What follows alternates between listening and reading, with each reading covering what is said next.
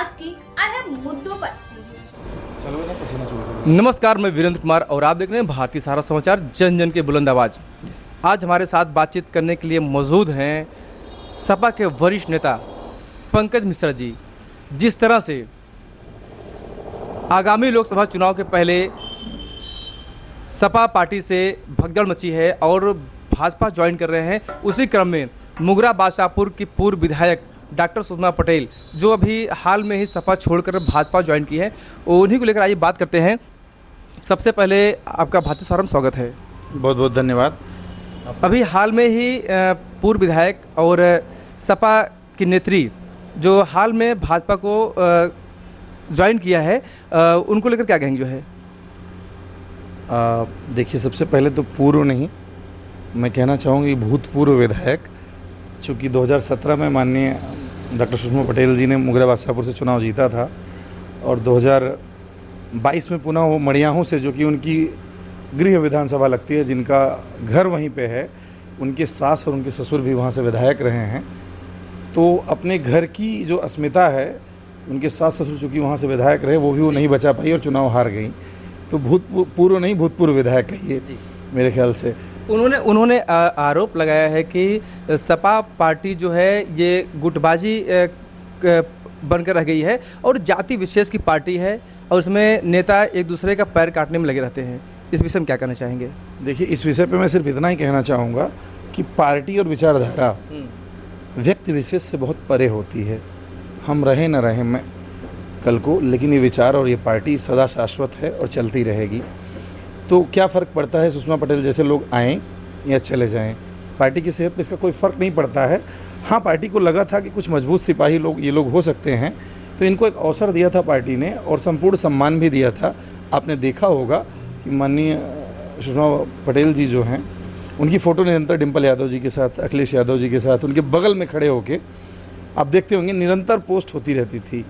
और अब देखिएगा आने वाले दिनों में कि कितनी बार योगी जी के, कितनी बार मोदी जी के और कितनी बार शाह जी के बगल में दिखती हैं। तो सम्मान और गुटबाजी और अनुशासनहीनता का अपने आप पता चल जाएगा। चूँकि आगामी लोकसभा चुनाव भी है, तो ऐसे में चूँकि मुगरा विधानसभा ये खास करके बात करें बैकवर्ड में पटेलों की जो संख्या अधिक है और ये राजनीति भी तय करती है कि हम बैकवर्ड अगर मौका मिलेगा पटेल को जो है तो यहाँ की सीट निकलने में बड़ी आसानी होगी। तो चूँकि जातिगत अगर हम बात करें तो एक कहीं कहीं एक नुकसान, चुनाव को लेकर नुकसान हो सकता है, क्या कहना चाहेंगे? देखिए, सबसे पहले तो मैं ये क्लियर कर देना चाहता हूँ कि जो जातिगत समीकरण है पटेलों के हिसाब से विधानसभा चुनाव के मद्देनज़र तो कुछ साबित हो सकता है कि मुगरा बादशाहपुर में पटेलों की संख्या अच्छी खासी है। ब्राह्मणों के बाद किसी एक वर्ग की अगर संख्या अच्छी खासी है तो पटेलों की है। ब्राह्मणों के बाद एससी समाज से लोग आते हैं, उसके बाद जो है पटेल आते हैं। लेकिन बात अगर हम लोकसभा की करें, जैसा कि आप कह रहे हैं, तो पूरी 5 की 5 विधानसभा, मुगरा बादशाहपुर, बदलापुर, मल्हनी, सदर और शाहगंज, 5 विधानसभाओं में सिर्फ मुगरा बादशाहपुर एक इकलौती विधानसभा है जिसमें पटेल बहुतायत संख्या में, बाकी 4 विधानसभाओं में बिल्कुल न के बराबर गिनती की उंगलियों पे हैं। तो मुझे नहीं लगता कि भारतीय जनता पार्टी इतनी बड़ी भूल करेगी कि एक विधानसभा के जातिगत समीकरणों को मद्देनज़र रखते हुए उन्हें लोकसभा में मौका देगी। डॉक्टर सुषमा पटेल ने एक बात और कही है कि सबका साथ सबका विकास जो मोदी और योगी की नीतियां हैं, विचार हैं, उनसे प्रभावित होकर उन्होंने ज्वाइन किया है और कोई उनकी शर्त नहीं थी कि हम इस शर्त पर ज्वाइन कर रहे हैं। और इसी साथ उन्होंने जो है चूँकि आरोप तो लगाया उन्होंने पार्टी पर आरोप लगाया भी और अपनी सफाई भी दिया कि हम जो है कोई शर्त नहीं है हमारी कि हम इस सीट के लिए हम आ रहे हैं, तो कोई उनका स्वार्थ नहीं है। देखिए, ये तो एक अच्छे नेता की पहचान है कि हम बिना स्वार्थ के किसी दल में जा रहे हैं। हृदय परिवर्तन हो सकता है, लेकिन मैं सिर्फ इतना कहना चाहूँगा आपको कि आपने डॉक्टर सुषमा पटेल जी के पुराने भाषण सुने होंगे, नमो बुद्धाय, 13वीं का विरोध करना, सामंतवादी शासन के खिलाफ अपनी आवाज़ बुलंद करना, स्पेशली ब्राह्मण ठाकुरों के खिलाफ। तो मुझे ये नहीं लगता है कि भाजपा की विचारधारा में जाके वो अपनी विचारधारा को मार देंगी या बदल देंगी या फिर फ्लेक्सिबल होकर एडजस्ट कर लेंगी। तो क्या भाजपा की जो नीतियां हैं उससे प्रभावित न होकर आपको कहने मतलब ये राजनीतिक स्टंट मानते हैं इसको आप जो है? देखिए, मेरा सिर्फ इसमें इतना ही कहना है कि सत्ता के विपरीत विपक्ष की राजनीति करना सबके बस की बात नहीं होती है, उसके लिए बहुत कलेजा चलता है। डॉक्टर शिवमंगल सिंह जी की कविता है, क्या ही हार में क्या जीत में, किंचित नहीं भयभीत में, संघर्ष पथ पे जो मिले ये भी सही वो भी सही। वो विचारधारा ही क्या जो हर 5 साल पे बदल जाए। आखिरी सवाल पंकज भैया कि आपका सीधा कहने का मतलब है कि उनके जाने न जाने से कोई फ़र्क पार्टी में नहीं पड़ने वाला है? देखिए, सुषमा पटेल बेशक एक अच्छी नेता हो सकती हैं, लेकिन इसका मतलब ये नहीं है कि पूरे पटेल समाज का कॉपीराइट उनके पास है। हमारे यहाँ भी हमारे विधायक हैं, माननीय पंकज पटेल जी जो कि मौजूदा हैं विधायक हैं, और समाजवादी पार्टी को उन्होंने अपनी मेहनत और लगन और कार्यकर्ताओं के सपोर्ट से एक ऐतिहासिक जीत दर्ज कराई है। समाजवादी पार्टी ने 92,000 प्लस वोट यहाँ पे पाया है। और सुषमा पटेल जी के बारे में बता दें, अगर बात पटेल की अगुवाई करने की है तो पूरे जौनपुर ज़िले में सबसे ज़्यादा पटेल अगर किसी विधानसभा में हैं तो मुगराबाद शाहपुर से भी ज़्यादा मड़ियाहू में हैं, और वहाँ का चुनाव वो हार चुकी हैं।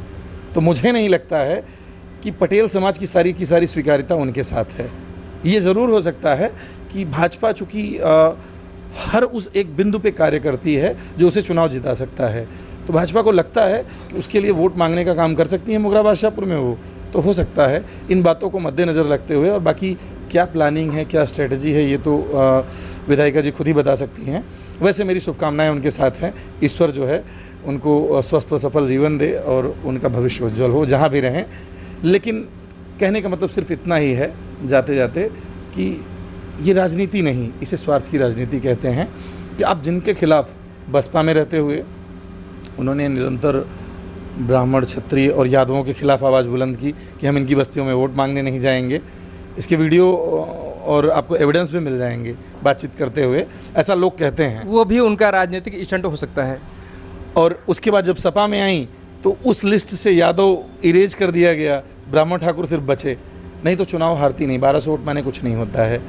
अगर सबका साथ सबका विकास वो खुद समझी होती तो चुनाव जीत जाती। अब उसी दल में चली गई हैं, तो मुझे लगता है कि या तो ब्राह्मण ठाकुर उस दल को छोड़ देंगे या तो ये उनके साथ चलना सीख लेंगी। भारतीय जनता पार्टी से हटकर जो विपक्ष के लोग हैं उनमें से कई लोगों का ये मानना है कि उनके जाने से सपा पार्टी के कुछ नेताओं के छाती पर सांप लौट गया है। ये क्या कहना चाहेंगे? ये इस खबर का मैं पूरी तरह से खंडन करता हूँ।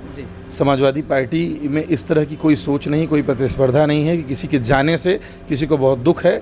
किसी के आने से सुख हो सकता है कि हाँ ये आएंगे पार्टी में जुड़ाव होगा, लेकिन किसी के जाने से कोई दुख नहीं है हमें, और नहीं लगता है मुझे हमारे पार्टी में किसी नेता को है। हमने बराबर का सम्मान दिया, जिसके वो लायक थी उन्हें टिकट दिया गया, जो भी वो डिज़र्व करती थी, और हमेशा आगे की कुर्सी दी गई, और हमेशा उनकी बात को हमेशा सामने के फ्रंट पटल पर रखने की कोशिश की गई। अब अगर इससे ऊपर की भी सम्मान की कोई लालसा है तो मुझे लगता है कि ठीक है, उन्होंने जो किया होगा सही किया होगा, उसके परिणाम उनको मुबारक होंगे। आखिरी में सवाल पंकज जी कि आगामी लोकसभा चुनाव को लेकर जौनपुर सदर से आपका एक चूँकि नाम अभी से चल रहा है, उस विषय क्या कहना चाहेंगे? देखिए, आपसे ही मैंने सुना कि मेरा नाम चल रहा है, उसके लिए आपको बहुत बहुत धन्यवाद। मैं ही नहीं, हमारी पार्टी का हर एक कार्यकर्ता, सारे विधायक और पूरा पार्टी का संगठन इस विषय में निरंतर कार्य कर रहा है कि इंडिया को जिताना है, एनडीए को हराना है। आपने ये नारा सुना होगा, और इंडिया से बढ़ के कुछ हो नहीं सकता है। तो फिर पंकज मिश्रा हो या कोई और हो, कोई फ़र्क नहीं पड़ता है। जिसको भी टिकट मिलेगा, हमारी पार्टी में एक अच्छी सोच है, एक अच्छा थिंक टैंक है, जिसके ऊपर विश्वास जता के जिसे भी यहाँ का राजा बनाएगा हम लोग उसके पीछे हो चलेंगे और उसकी आवाज़ को बुलंद करेंगे, और उसे यहाँ से जिता के 2024 के लोकसभा सदन में भेजेंगे यहाँ से। चलिए, भारतीय सहारा से बात करने के लिए आपका बहुत बहुत धन्यवाद। आप सभी लोगों का बहुत बहुत धन्यवाद। आम खबरों को देखने के लिए आप बने रहिए भारतीय सहारा समाचार के साथ।